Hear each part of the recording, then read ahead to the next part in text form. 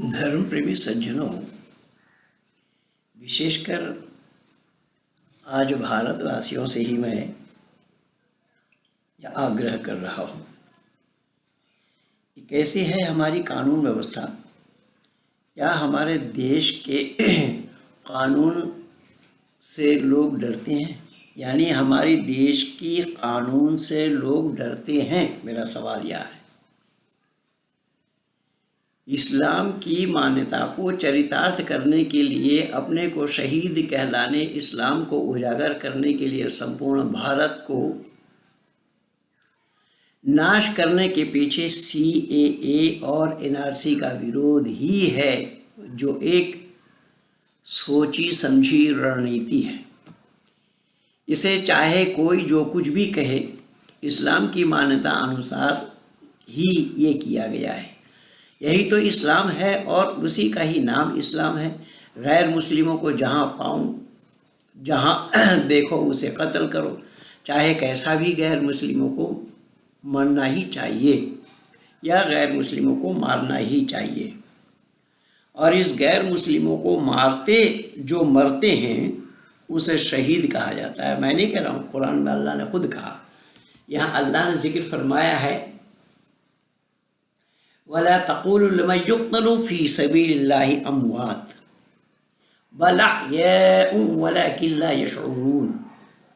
अल्लाह ने कहा, और जो लोग खुदा की राह में मारे गए, ये खुदा का राह है, इसे खुदा का राह कहा गया है।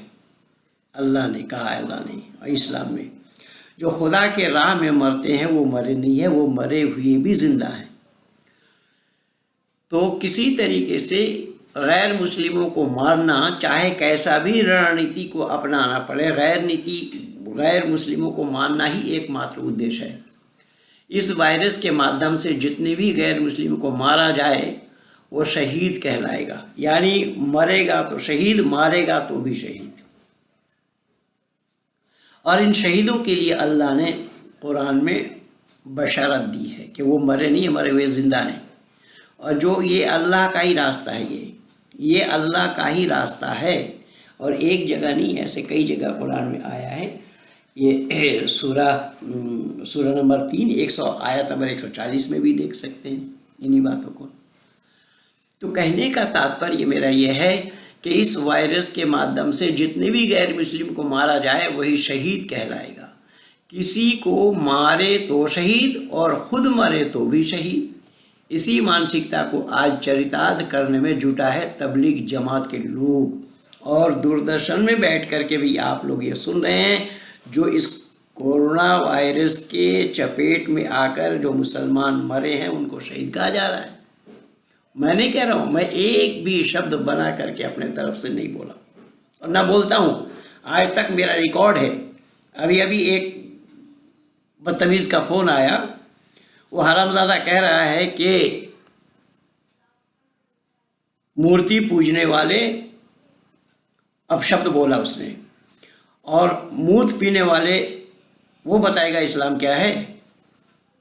ये इनकी मानसिकता देखिए, इनकी मनोदशा देखिए। मैंने उसको कहा कि तुझे आर्य समाज के बारे में जानकारी है नहीं? आर्य समाज की मान्यता क्या है? मूर्ति पूजा आर्य समाज के में है या नहीं है, इसे तू जानता है? तू बकवास कर रहा है। खैर, कि भारत सरकार को चाहिए इन भारतीय संविधान के अनुसार धारा नंबर 302 इन पर लगे। धारा 302 का मामला इन पर दर्ज करना चाहिए। दुनिया देख रही है कि उन्हीं मौलाना साद के पक्ष में प्रायः इस्लाम के मानने वालों का समर्थन है। ये दूरदर्शन में बैठ करके बोल रहे हैं। कारण मौलाना साद ने जो किया उसके लिए उसे पछतावा नहीं है। कारण उन्होंने इस्लाम को जिंदा रखने के लिए किया। इस्लाम को किस तरीके से जिंदा रखा जाए, इस्लाम का विस्तार किस तरीके से हो, उसी रणनीति को अपनाते हुए ये सारा काम मौलाना साद का रहा। और ये मौलाना साद अपने मन से नहीं किया, यही तो इस्लाम है। इस्लाम को ही जानना पड़ेगा। इस्लाम को जाने बिना इस्लामियों को जाना संभव नहीं होगा। ये है भी, ये वो भी जनता है कि जो संपूर्ण इस्लाम जगत का समर्थन मुझे वो मौलाना साद ये भी जानता है कि संपूर्ण इस्लाम जगत का समर्थन मुझे मिलना है और मिल भी रहा है। नित्य हम विभिन्न न्यूज़ चैनलों में देख रहे हैं, सुन रहे हैं बोलते हुए लोगों को, और उन लोगों को निरुत्तर करने के लिए, न तो चुप कराने के लिए, निरुत्तर कराने के लिए एंकरों के पास जवाब है और न किसी पैनलिस्टों के पास। जो आज दिखाई दे रहा है वस्तु स्थिति सबके सामने है। मात्र भारत ही नहीं अपितु संपूर्ण विश्व में लोग इसे देख रहे हैं, सुन रहे हैं और समझ भी रहे हैं। जब ये बात सबके सामने उजागर हो ही गया कि तबलीगी जमात के मरकज़ में गैर तरीके से लोगों को जमा किया गया और उसी जमात के प्रमुख देश विदेश से आए हुए मुसलमानों को ये कह रहे हैं, सुना रहे हैं कि मुसलमानों, तुम्हारा जमा होना, तुम्हारा एकत्र होना ये दुनिया वालों को पसंद नहीं है। तुम्हें इकट्ठा होना दुनिया वाले पसंद नहीं करते हैं। इसे रोकने का प्रयास किया जा रहा है और जो मुसलमानों के लिए अच्छी बात नहीं है। किसी को मरना हो तो मस्जिद में ही मरो, ये तो जग जाहिर हो गया। मौलाना क्या कहा, मस्जिद में मरो। इस बात को उन्होंने चरितार्थ वीडियो के माध्यम से किया है। वो अकेले में नहीं, सब लोगों के सामने दुनिया वालों को, भारतवासियों को विशेषकर सुनाते हुए का उजागर किया। इसके माध्यम से उन्होंने वीडियो के माध्यम से उन्होंने लोगों के सामने बोला, ये कोई झूठी बात नहीं है, सबने देखा है, सुना है। ये कांड एक पुलिस थाने के पीछे हो रही है और रात को 2 बजे भारत के प्रमुख, भारत सरकार से जुड़े हुए व्यक्ति, भारत सरकार से जुड़े हुए एक अधिकारी, भारत सरकार के जुड़ा हुआ एक जिम्मेदार व्यक्ति जिनका नाम अजीत डोभाल है, वो भी उनसे मिलने के लिए जाते हैं। वही व्यक्ति उसी निज़ामुद्दीन मरकज़ से मिलकर चले गए, यानी अजीत डोभाल जी मरकज़ से उनसे मिल करके चले गए। वो भी उस समय जबकि सभी वाहन बंद हैं। जब अजीत डोभाल जी वहाँ पर मिले उनसे और मौलाना साद से उन्होंने बात की और निज़ामुद्दीन थाना के SHO वो भी सब जानते हैं। अब इनसे बात होने के बाद ही मौलाना साद उसी निज़ामुद्दीन मरकज़ से फरार हो जाते हैं। क्या निज़ामुद्दीन थाने की कोई जिम्मेदारी नहीं बनती? SHO की कोई जिम्मेदारी नहीं बनती थी इसमें कि वो फरार ना होने पाए, कहीं निकलने ना पाए? और वो थाना की ही तो लापरवाही थी जो इतने लोग वहाँ पर जमा हुए हैं। ये पुलिस वालों की नाक के ऊपर से ही वो वहाँ पर थाने के पीछे से फरार हो रहे हैं। तो क्या दिल्ली पुलिस या निज़ामुद्दीन थाने के पुलिस नाक में तेल डाल करके सो रहे थे जो उनके सामने से लोग निकल करके भाग रहे हैं? आज पुलिस उनको ढूंढ रही है। देखिए क्या तमाशा है, पुलिस उसको ढूंढ रही है। जाने दिया पहले, अब ढूंढ रही है, वारंट निकाल रहे हैं, सर्च हो रहा है, वो ग्राहक कहाँ घर है, क्या संपत्ति है, ये सब खंगाला जा रहा है। अब तक क्या कर रही थी पुलिस? भारत सरकार क्या कर रही थी अब तक? भारत सरकार की कोई जिम्मेदारी नहीं बनती थी इस पर। क्या इससे क्या दर्शाता है कि सरकारी सहायता के बिना ये दोषी कहीं फरार होना इसके लिए संभव था? मौका वारदात से ये किसकी गलतफहमी थी? गलती के शिकार कौन थे?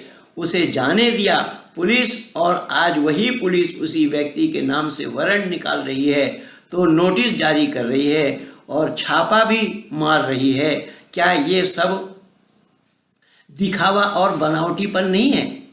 क्या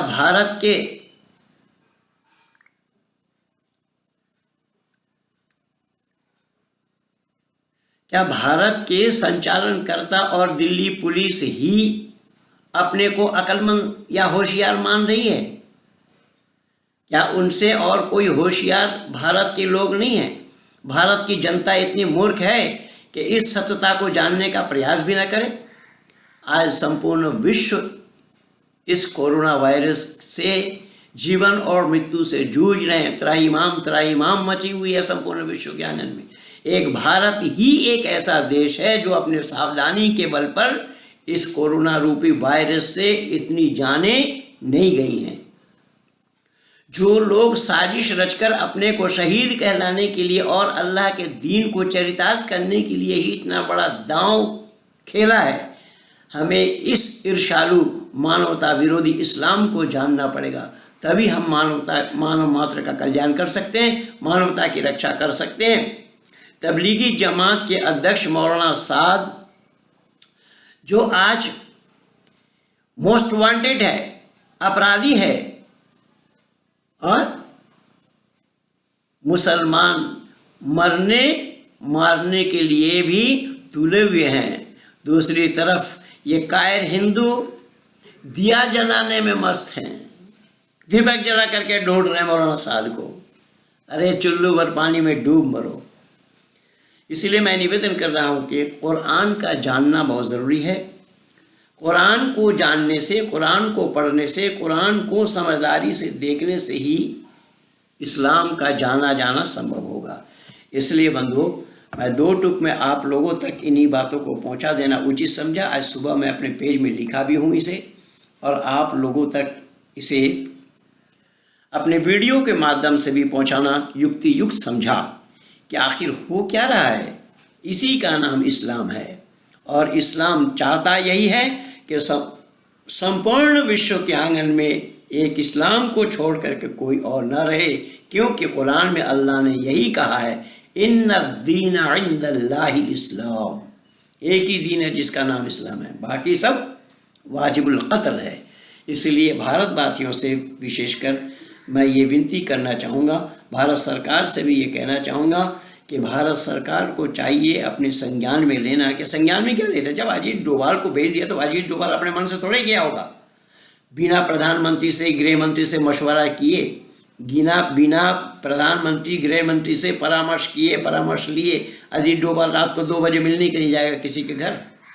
अरे किसी के घर अजीत डोभाल तो मिलने के लिए गया। यहाँ की कानून व्यवस्था देखो, रात 2 बजे भी सुप्रीम कोर्ट खोलवाया जाता है। अरे ऐसा दुनिया में कोई सुप्रीम कोर्ट नहीं है कि रात 2 बजे एक वकील के कहने पर कोर्ट खोले, या एक वकील के कहने पर जज अपने घर में सुनवाई करे। ये एक दुखद स्थिति है। और ये 5 जजों ने मिलकर के मुख्य न्यायाधीश पर अविश्वास लाया।